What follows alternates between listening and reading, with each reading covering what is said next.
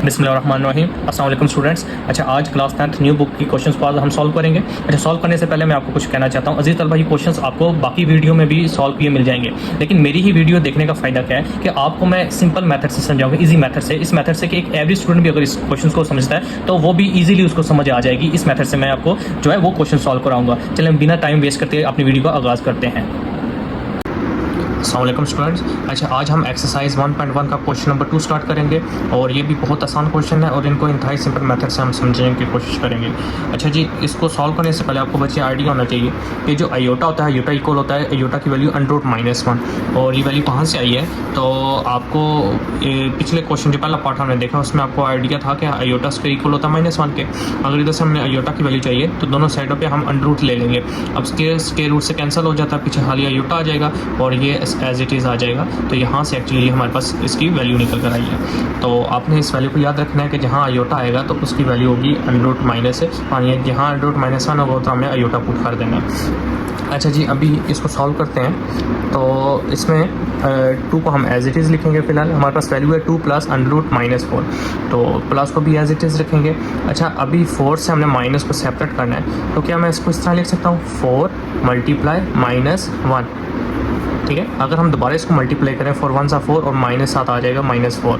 तो ये मैंने सेपरेट कर दिया। क्यों किया ये भी आपको आइडिया हो जाएगा आगे चलकर। अच्छा, 2 एज इट इज़ रहेगा, उसके बाद प्लस अब √4 के ऊपर भी है और -1 के ऊपर भी है। हम इसको सेपरेट कर लेंगे, √4 अलग लिख लेंगे और √-1 जो है वो हम सेपरेट लिख लेंगे।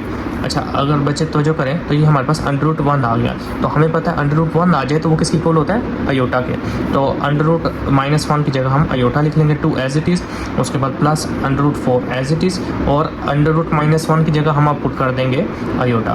ठीक है, और ये हमारा ठीक है। आगे बच्चे 2 एज इट इज़ रहेगा प्लस और √4 और जो उसके √4 जो होता है उसकी वैल्यू हमारे पास 2 होती है और साथ आयोटा एज इट इज़ आ जाएगा और हमारा जो बच्चे पहले सवाल का आंसर आ गया। अच्छा जी स्टूडेंट, अब हम क्वेश्चन नंबर 2 को सॉल्व करेंगे। तो हमारे पास वैल्यू है 3 - √-7। अच्छा, ये भी बिल्कुल सिंपल मेथड से इसको भी सॉल्व करेंगे। 3 एज इट इज़ रहेगा, माइनस एज इट इज़ और जैसा हमने पहले क्वेश्चन में माइनस को सेपरेट कर लिया, इधर भी ऐसे ही करेंगे। 7 को हम लिख सकते हैं 7 × -1। अब इसको अगर हम दोबारा सॉल्व करें 7 × 1 = 7, साथ माइनस दोबारा ये -7 बन जाता है और आपको आइडिया हो जाएगा हमने -1 को सेपरेट किया। अभी √ दोनों के ऊपर है तो ये 7 के ऊपर भी अलग लिख लेंगे और √ को -1 के ऊपर भी सेपरेट लिख लेंगे। अच्छा जी, नेक्स्ट क्या है, 3 एज इट इज़ रहेगा, minus as it is, √7 as it is और √-1 हमें आइडिया है। आपने क्वेश्चन नंबर अगर 1 समझा तो आपको पता है कि आयोटा इक्वल होता है √-1 के। तो √-1 की जगह हम क्या पुट कर देंगे, आयोटा। अच्छा बच्चे, next 3 as it is minus. अब जो है वो 7, जैसे हमने क्वेश्चन नंबर 1 में किया था कि जो हमारे पास 4 था वो एक परफेक्ट स्क्वायर है, किसका, 2 का। तो हमने 4 की जगह उसका जो 2 लिख दिया था, √4 हमारे पास आंसर आ जाता है 2। लेकिन जो है 7 एक परफेक्ट स्क्वायर नहीं है तो ये एज इट इज़ रहेगा। बच्चे, परफेक्ट स्क्वायर किसे कहते हैं, जैसे कि अब 4 परफेक्ट स्क्वायर है। परफेक्ट स्क्वायर कैसे है कि 2 सेम वैल्यू को मल्टीप्लाई करने पर हमारे पास 4 आ जाता है। जैसे 2 × 2 तो हमारे पास 4 आ जाता है, हम कहेंगे 4 एक परफेक्ट स्क्वायर है। सॉरी, इसी तरह जो है 9 भी एक परफेक्ट स्क्वायर है, क्यों, 2 सेम वैल्यू को मल्टीप्लाई करने पर 9 आता है, वो है 3 × 3। इसी तरह 16 भी एक परफेक्ट स्क्वायर है, जो 2 सेम वैल्यू 4 × 4 करने पर हमारे पास 16 आ जाता है। लेकिन 7 जो है वो परफेक्ट स्क्वायर नहीं है, क्योंकि 2 सेम वैल्यू को मल्टीप्लाई करने पर 7 नहीं आता। तो इसको हम फिर एज इट इज़ लिख देंगे और साथ हमारा आयोटा आ जाएगा और यही हमारा आंसर है। अच्छा जी स्टूडेंट्स, अब क्वेश्चन नंबर 3 को सॉल्व करते हैं। क्वेश्चन नंबर 3 में हमें वैल्यू दी गई है 2 / 5 प्लस √-16 / 5 और इसको भी हम सिंपल मेथड से समझते हैं। पहले 2 और √5 एज इट इज़ लिख लेंगे प्लस एज इट इज़। अच्छा, √ अब -16 है, हम जैसे पहले क्वेश्चन में करते आए हैं, हम इसको लिख सकते हैं 16 × -1।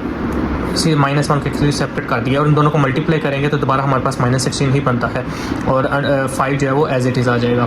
आगे 2 √5 एज इट इज़ प्लस उसके बाद अब दोनों के ऊपर सेपरेट √ कर देंगे। 16 के ऊपर अलग लिख लेंगे और -1 के ऊपर √ अलग और नीचे 5 एज इट इज़। और हमें आइडिया है कि आयोटा की वैल्यू होती है √-1, तो जहाँ √-1 होगा वहाँ हम आयोटा पुट कर देंगे।